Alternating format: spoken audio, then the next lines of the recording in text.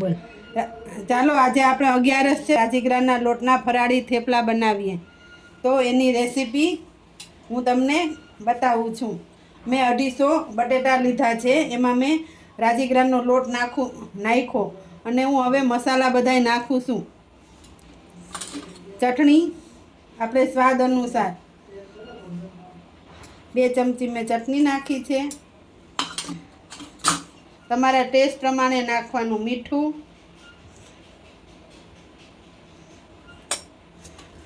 તમે ફરાળમાં હળદર ખાતા હોય તો નાખવાની સ્વાદ અનુસાર, ધાણા ભાજી,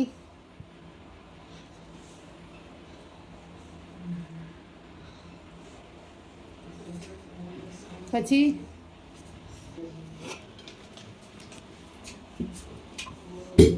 બટેટાથી થેપલા છે ને એકદમ સોફ્ટ થશે, પોચા થશે મસ્ત। આ આપણે ફરાળ બનાવીએ એટલે આપણે એમાં સિંગતેલનો તેલ યુઝ કર્યું છે આપણે।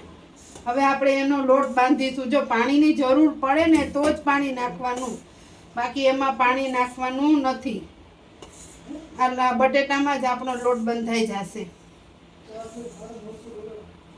એવું લાગે કે આપણે જોઈએ પાણીની જરૂર પડે છે તો આપણે થોડુંક પાણી અહીંયા બાજુમાં ભરીને રાખશું।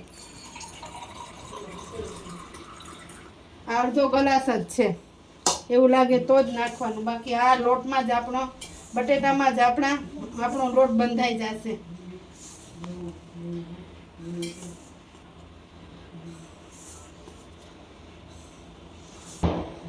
કેટલું નાખ? 1 ચમચી, 1 જ। હા, જો આ મેં રાજગરાના લોટમાં છે ને 3-4 ચમચી પાણી નાખ્યું છે અને એમાં થોડુંક તેલ નાખ્યું છે, એટલે પછી તેલ નાખીને એકદમ આપણે હાથેથી લોટ ટૂંપ્યો એટલે જો કેવો મસ્ત લોટ બની ગયો। હવે આપણે એને લોટને થોડીક વાર રાખી દઈશું 5-10 મિનિટ, એટલે એકદમ મસ્ત લોટ થઈ જશે। પછી આપણે એના થેપલા બનાવીશું। અમે લોટ બાંધીને રાખ્યો તો જો કેવો સરસ મસ્ત લોટ થઈ ગયો ને। હવે એના હું થેપલા વણું છું। એને આપણે હળવે હાથે વણવાના, બહુ વજન નહીં દેવાનું, વજન દઈએ ને તો ચોટી જાય।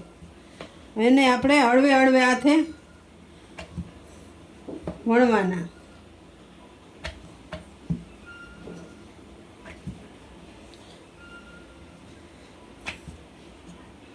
જો થઈ ગયું મસ્ત થેપલું। જો વણાઈ ગયું ને, હવે આપણે એને ચોળવશું।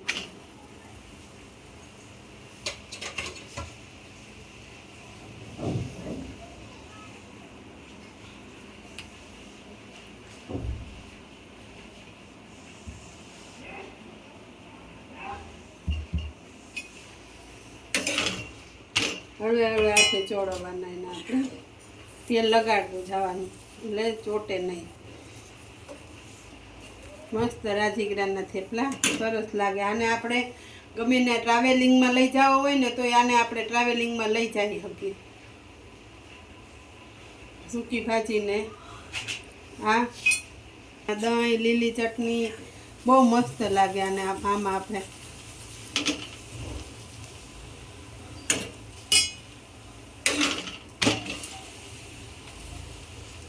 ધીમો તાપ કરીને ચોળવવાના।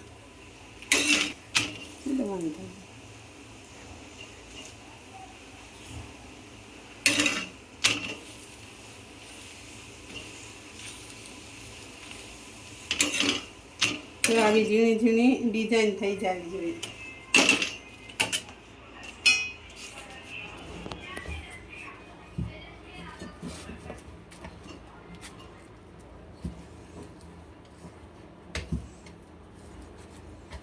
એકદમ સોફ્ટ થાય છે।